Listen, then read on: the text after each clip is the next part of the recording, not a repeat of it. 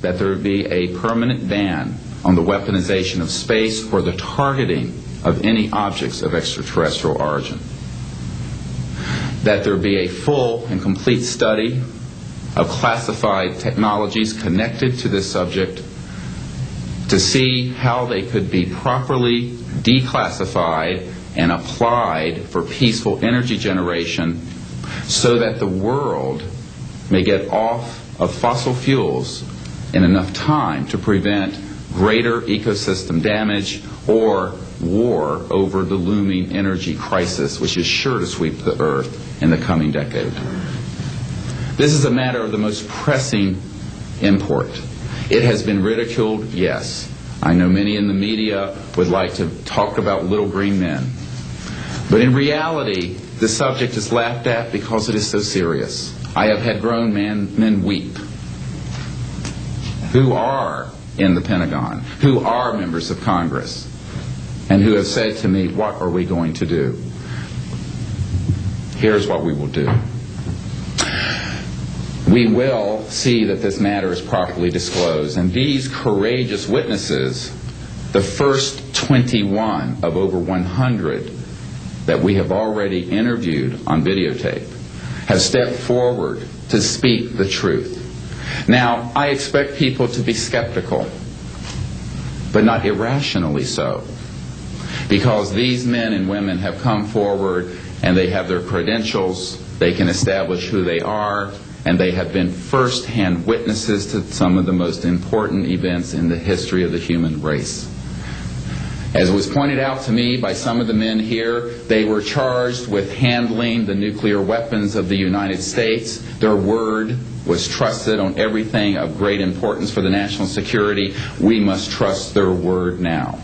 As Monsignor Balducci said at the Vatican, in an interview I had with him recently, it is irrational not to accept the testimony of these witnesses. So please be skeptical, but that is not the same as prejudiced and closed-minded. This is a matter of great importance, and I ask the media, the scientific community, and the political community to look seriously at this matter and to do the right thing for humanity and for our children. We have available for the media and for members of Congress a nearly 500-page briefing document with transcripts from dozens of these top-secret witnesses. We have a 4-hour videotape summary. It's not a commercial product, I'll warn you, from this project of the 120 hours that we have in interviews so far. They've been boiled down to 4 hours, and it's available for the Congress to review and for the major media to review. We can establish that this subject is real and has tremendous significance for the human future. I ask on all of you who are listening to contact the members of Congress that represent you and the leaders around the world and other countries and ask them to hold an honest inquiry into this subject to support a ban on weaponizing space, since we are sharing space with other life forms. And that we move quickly as a people to understanding that this is the end of the childhood of the human race. It is time for us to become mature adults in the cosmic civilizations out there. To do this, we must become a peaceful civilization, and we must look as we go into space with an intent of cooperating with other civilizations, not weaponizing that high frontier. The men and women who will speak next will do so in order, beginning on your left. They will introduce themselves. I ask for the media to refrain from questions until each witness has spoken briefly about who they are and what they have personally been involved with or witnessed in their government, military, or government-connected careers. At the end, we will have questions. All of you may ask questions for as long as we can stay here, and we will provide you with all the information that you need. So we will begin now with the first of our witnesses, Mr. John Callahan.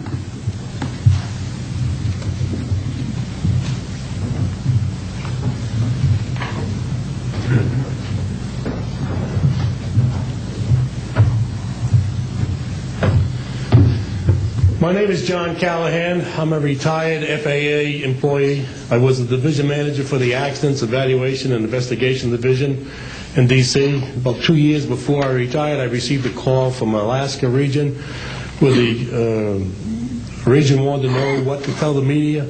When I questioned, tell the media what? He says about the UFO, and it went downhill from there. What UFO?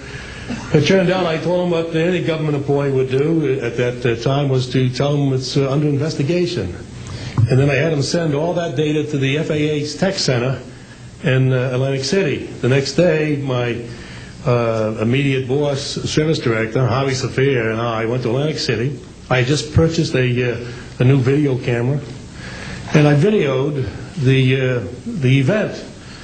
And in Atlantic City, we had them play back on a scope, you would call it a scope, a plan view display, PVD, exactly what the pilot seen or what the controller seen, and we tied that in with the voice tape so we could hear exactly what the controller said and what he heard, and we taped it. We came back the next day, briefed the administrator, Admiral Ingen, on what happened. He wanted a 5-minute briefing.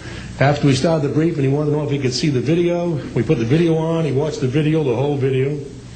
The next day, he set up a meeting for me to give a dog and pony show to President Reagan's scientific staff and whoever they brought over, and to hand off all that data to them. That morning in the FAA round room, it was either 9 or 10 o'clock, 3 men from Reagan's scientific staff, 3 CIA people, 3 FBI people, and I don't remember who the other guys were, along with all the FAA experts that I brought with me that could decide or talk about the hardware and the software, how it worked. We put on a dog and pony show. We let them watch the video. We had all the data there. We had all the printouts that the computer put out. They got all excited over it. When it was all done, the CIA, one of the CIA men told the people they were now sworn to secrecy, that this meeting never happened and this event never happened. When I asked him why, I thought it was probably just a stealth bomber at the time, he says, well, this is the first time that we have recorded radar data on a UFO, and these guys are going to get all excited, drooling over all this data. I said, well, you're going to tell the public about it? And he says, no, we don't tell the public about this. It would panic the public. He says, we're going to go back and study this. I said, okay. It was what he was going to do. Now, I've told this story many times, and I get sometimes funny looks from people. I have with me the voice tapes of the controllers that were involved, the FAA original tapes. See, after we handed this stuff off to the president's staff, the FAA didn't know what to do with it. We don't separate UFOs from real traffic, so it's not our problem. Okay? I have a copy of the original of the video that we took, which is rather interesting. And once the thing was all over, the reports started coming into my office, but because it wasn't an FAA air traffic problem, the FAA's report ended up on a table in my office. And it stayed there until I retired, when one of the staffers packed up all my gear and helped it move to my house. Also, in a box I found just a few days ago, in my 1992 tax return, I have the target printouts from the computer data, which, so if you wanted to or look at every target that was up there at the time, you can now reproduce this from this piece of paper here.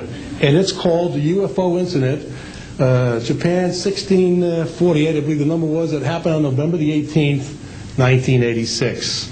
I'm prepared to go to Congress, to swear before Congress that everything I've told you people and everything that is here is the truth. Thank you.